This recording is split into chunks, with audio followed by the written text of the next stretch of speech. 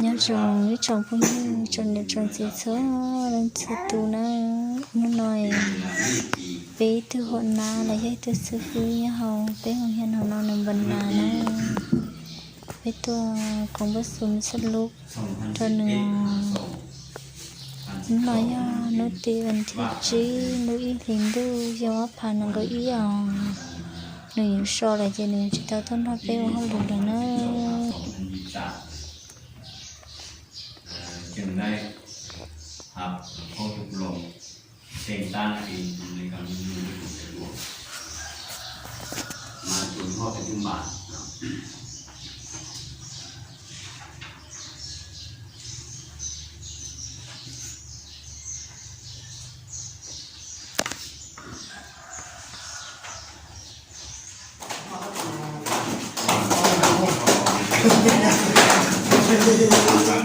cho nên thì cái nó không đâu nó nát sau lần thì là ngày nay mình bay không quan đời ná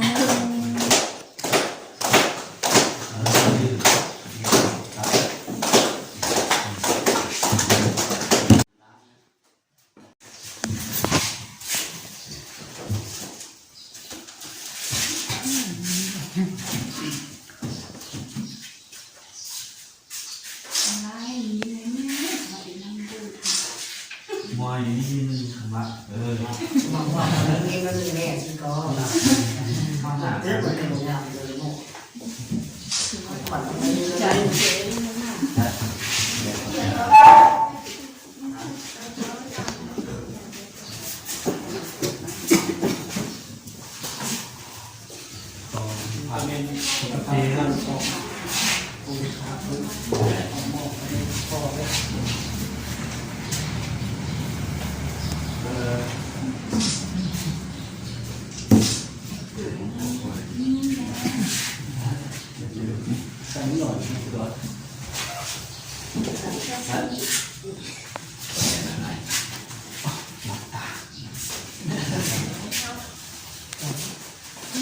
tu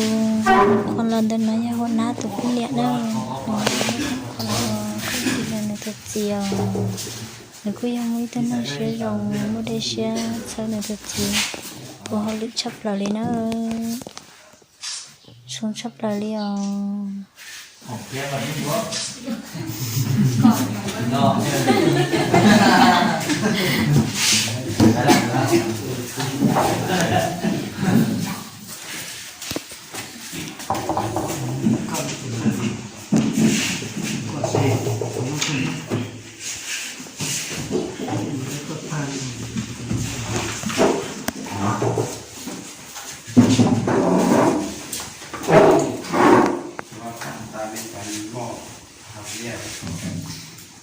ใจสูงที่ในการตัดสินใจผ่านต่อความอุปสรรคค่อนข้างยากซึ่งรวมทั้งในขั้นเงินเดือนต่อการสนองของขั้นถึงในเวลาปี1980ถึง90ซึ่งเวลานั้นเงินเดือน3,000-4,000 กีบต่อมาว่าปี1990ถึง2000นี่เงินเดือนก็ขึ้นมาประมาณ150 กีบจันมาฮอดโอกาสกันก้าวเห็นมีความยุ่งยากสับสนสหายก็เลยตัดสินใจมีความบุกหน้าบืนตัวซีนำทาการชิดสอนบริขาดเพราะตอนนี้จะหลายสหายก็ได้มีความตัดสินใจมาถึงปัจจุบันนี้ซึ่งบรรดาลูกหลานที่ได้เกิดมาในรุ่นในการประกอบส่วนเรื่องงานแต่ปี1995ปี2000 2005 2010 2015และเป็นปัจจุบันนี้ก็มีความตัดสินใจตามเวลาโดยปฏิบัติตาม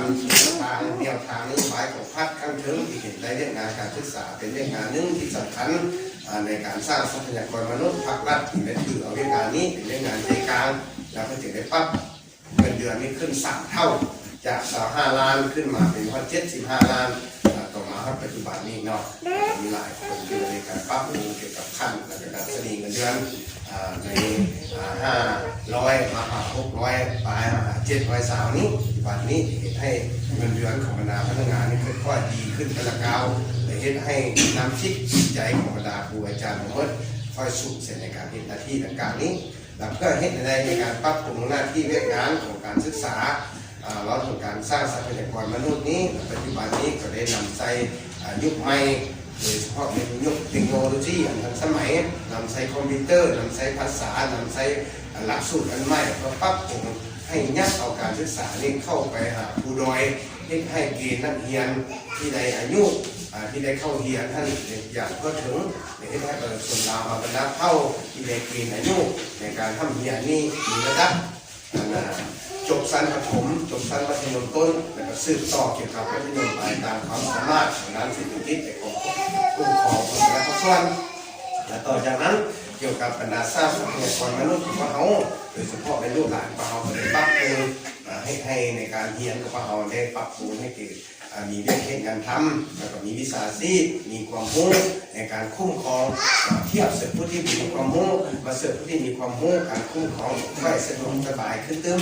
แล้วก็บอกว่าถูกแต่สภาพลูกหลานเนาะพอถึงครอบครัวเอาคือกันถ้าว่าผู้ใด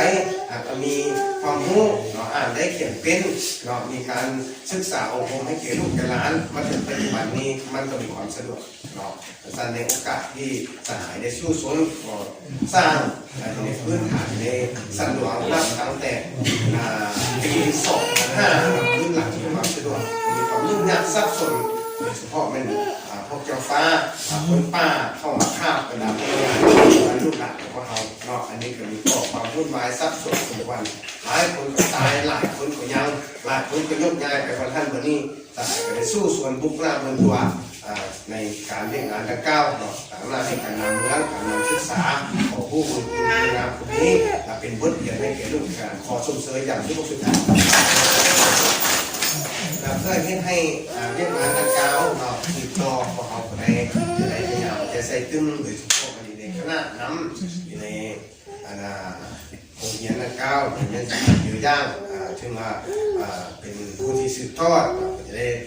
หันเอาหน้าที่เรียกงานแห่งพัฒนาในการสร้าง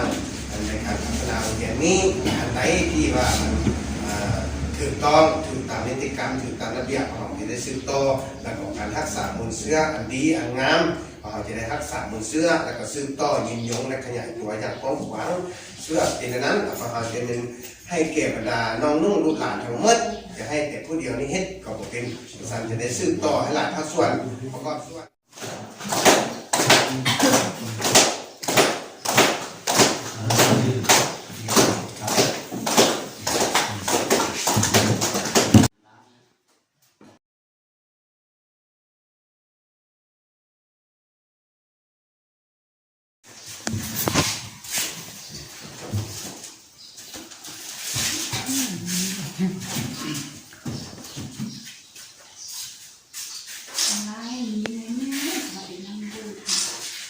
มวยนี่มันคำว่าบอกว่าเรื่องนี้ก็เรื่องแรกที่ก็ความหนาเรื่องมันเป็นอย่างเดียวโม่ขวัญไม่ได้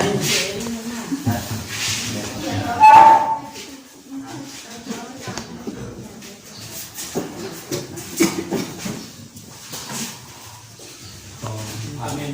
เจริญ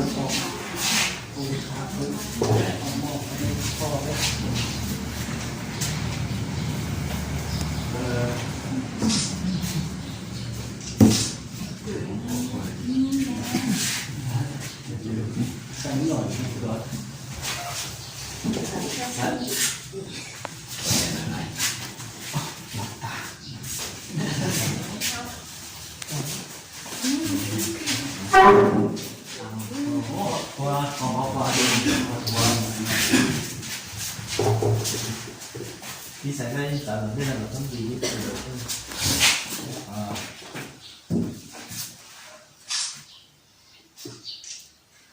ของแก้วันนี้วะ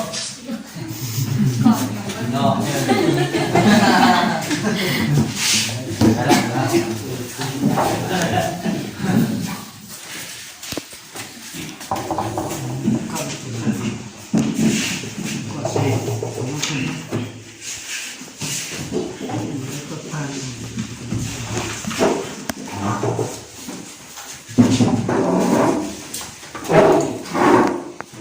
ตามในการมอบครับเนี่ย